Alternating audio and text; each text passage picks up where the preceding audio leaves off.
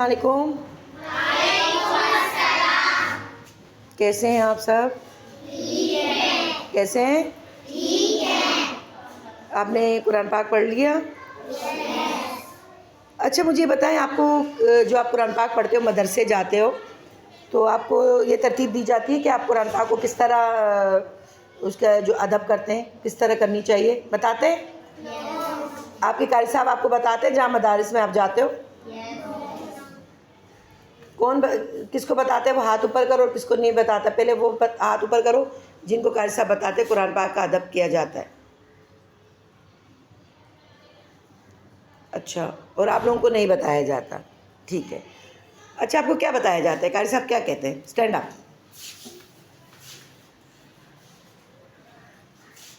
सब कहते हैं कि कुरान को समझ के पढ़ो, कुरान को बिल्कुल नीचे ना रखो, कुरान को हर एक किताब के सबसे ऊपर करो। ये अगर कुरान ही रहेगा तो मुसलमान ही नहीं रहेंगे। ये आपको की बात किसने बताई? कारी साहब। अच्छा, मुझे आप बताएं कि आपको कारी साहब क्या बताते हैं?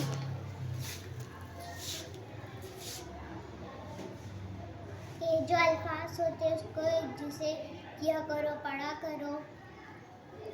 कुरान पाक के हवाले से तो बताते हैं कि आप कुरान पाक तरतीब से पढ़ो, ये करो, वो करो, लेकिन कुरान पाक के बारे में क्या कहते हैं? जो अभी 5 मिनट पहले मैंने लेक्चर दिया आपको, मैंने आपसे ये पूछा है, पहले सवाल को सुना करो कि जहाँ आप मदारिस में पढ़ने जाते हो, आपको ये बताया जाता है कि कुरान पाक की इज़्ज़त किस तरह की जाती है, उसका एहतराम किस तरह किया जाता है? सवाल मेरा ये था, उसका जवाब चाहिए। क्या आपको कारी साहब बताते हैं? क्या बताते हैं? बताओ ना। याद नहीं? किसी को याद है? किसी को याद है? किसी को बताते हैं? जी बताओ। मेरी बाजी कहती है कुरान को समझ। बाजी कहती? कौन कहता है? बाजी। अच्छा। कुरान की तरबियत करते हैं, कुरान को ज़मीन पर नहीं रखते, कुरान ज़मीन पर गिरजा से छूते हैं और कुरान की इबादत करते हैं। आपको आपकी बाजी ने सिखाया? जहाँ आप मदरसा पढ़ने जाती हैं कहीं पर, कौन सी बाजी ने बताया? मेरी बाजी ने बताया, उसका नाम नूरी है। ओके। अच्छा, मतलब आपकी बाजी ने आपको बताया कि आपने कुरान पाक की इज़्ज़त करनी है, उसका एहतराम करना है, ऐसे ही है? ठीक है। अच्छा, आपको कारी साहब ने बताया लेकिन आपको याद नहीं है। साथ साहब आपको भी कारी साहब ने बताया, ठीक है, ओके, सुनाओ। अच्छा, मैं बताती हूँ, बाकी बच्चों को किसी को भी नहीं पता, ठीक है, जो मदारिस में जाते किसी को नहीं पता, ऐसे ही है। 5 मिनट पहले मैंने इन बच्चों से सवाल किया कि कुरान पाक का अदब किस तरह किया जाता है, आप मुझे बताएं।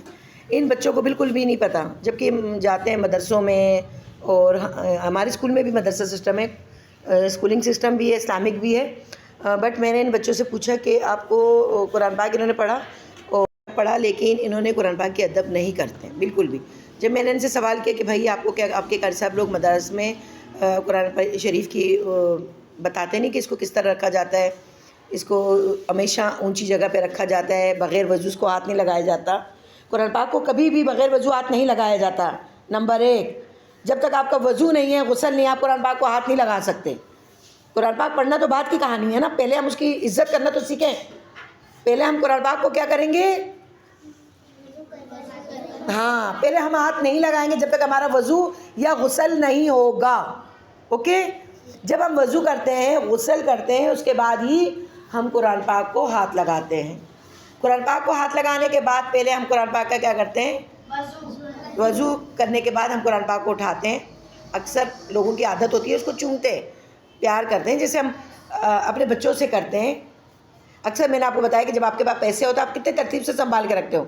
आपके पास 50 रुपये का नोट है, 100 का नोट, 1000 का नोट तो बड़ी बड़ी बात है, 10-20 रुपये का नोट भी आप बच्चों के पास होते हैं, कितना संभालते हो कि कोई हमारे नोट छीन ना ले, हमारे कोई पैसे खा ना ले, ऐसे ही है, ऐसे ही करते हो ना।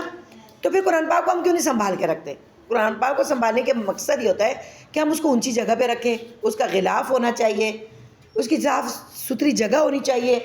जब हम उसको उठाएं, उसको पढ़ें, उसका एहतराम से, उसकी बाकी तरतीब तो ज़बत है, वो तो सबको पता है किस तरह पढ़ना है, रुक के पढ़ना है, ठहर के पढ़ना है, जज़म, ये सब बातें हम कर चुके हैं। इस बातें टॉपिक पे हमारी बात नहीं होगी आज, हमारी बात होगी कुरान पाक के अदब पर, जैसे एहतराम करना। तो हमने क्या करना है? कुरान पाक को कहाँ रखना है? ऊंची जगह पे, साफ जगह पर, دین وضو کیا ہوا، غسل کیا ہوا، بڑے پیار سے. کس طرح؟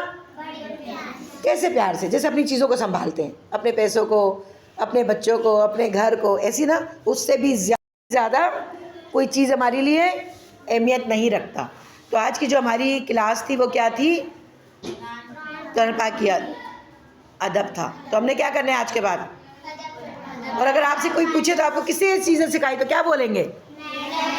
کس نے سکھائی ہے؟